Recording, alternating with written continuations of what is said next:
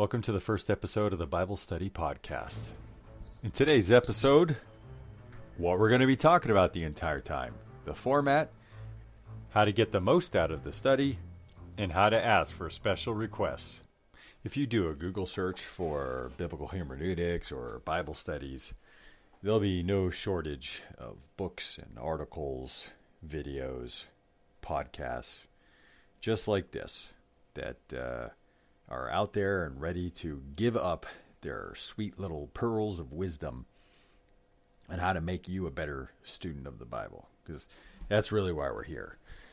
That's why I'm doing this podcast, and hopefully that's why you're listening to this podcast, because you want to be a better student of the Bible. Hopefully I can make an interesting contribution in the way I'm going to present this, the format, the style. And the style is going to be vignettes. I'm trying to break down all the different skills that you need to learn in order to be a better student of the Bible. And then I'm going to present those skills in short 5 to 10 minute vignettes. If a skill needs more time, I'll do my best to break up the skill into smaller little niblets and do it in parts. But I want you to be able to consume this in almost any order. So if you feel like you're weak in one area, you can go and you can just listen to the vignettes that cover that area, and then you can go develop that skill on your own.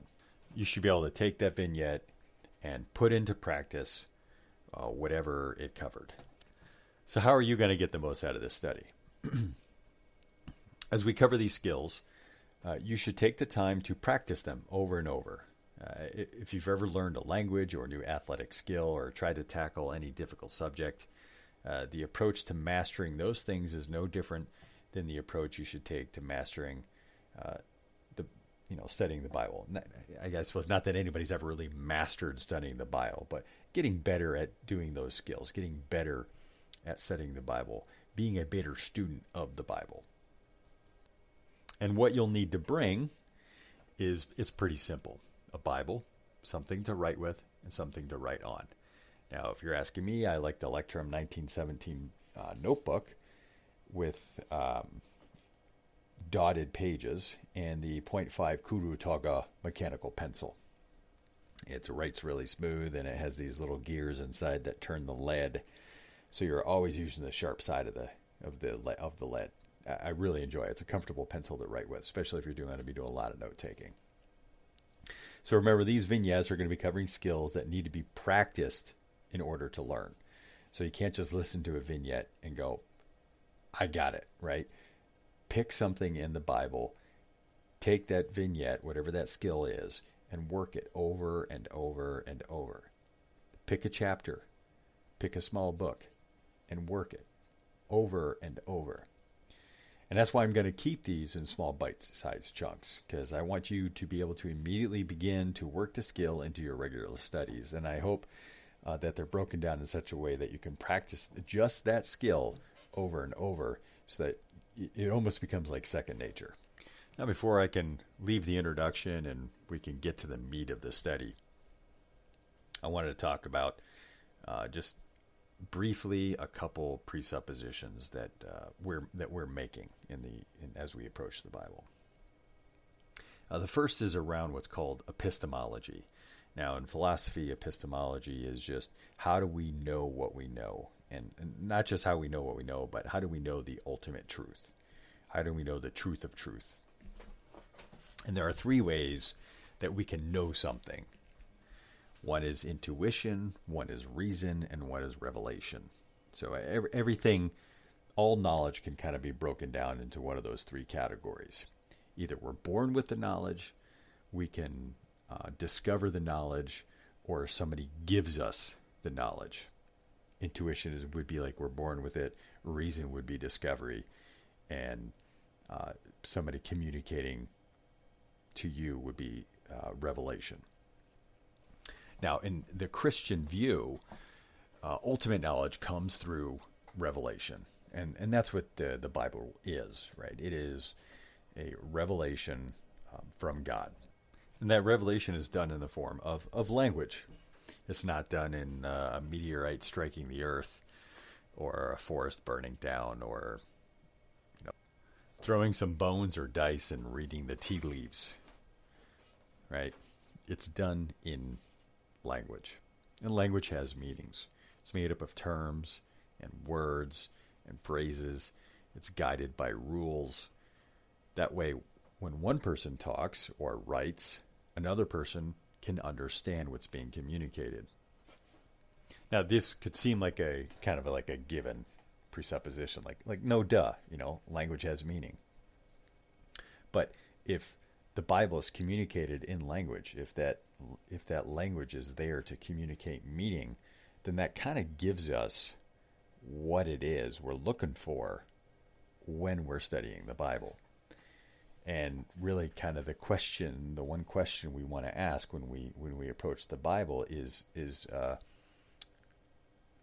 what is the meaning of the Bible? I mean, why does it even exist, right? If it's there to communicate something, then that something is the thing that we're going after, right? So we want to get to the communicator intended to communicate. And success is determined by the extent to which we receive everything the writer intended to communicate. So these vignettes are designed to help get you to the meaning of the text and figure out a way to apply it to your life. And that brings us to all the short list of the topics that I'm going to be covering through all these vignettes. We're going to talk about the challenges of biblical interpretation. We're going to talk about the biblical canon, how we got our Bible. And then that will lead us into observational skills. How do we look at the text? How do we get familiar with the text? How do we ask questions to see what's there? Probe it. Get out all the information. Think of it like observational analysis, right? We're trying to get all of the data out of the text that we're going to be studying. And then later on, we'll learn how to put it back together, how to synthesize that information that we've pulled out to try to get to an understanding of the meaning, like why anything is there. Why is the story of Samson there? Why is the story of David versus Goliath there? To answer those questions, we have to actually see what all the data is. We have to understand what the context is. And then we get to actual interpretation skills.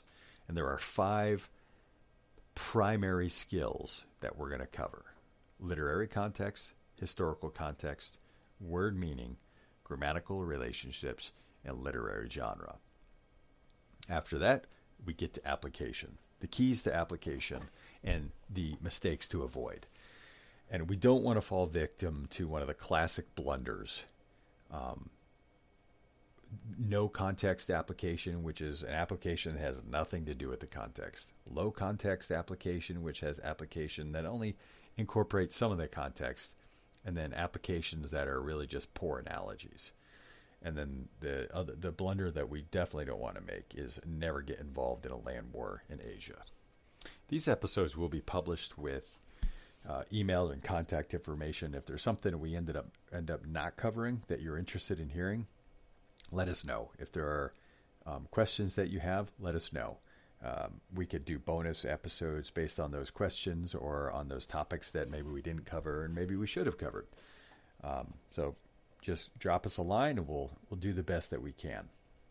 Peace out. Stay safe. Read your Bible and pray.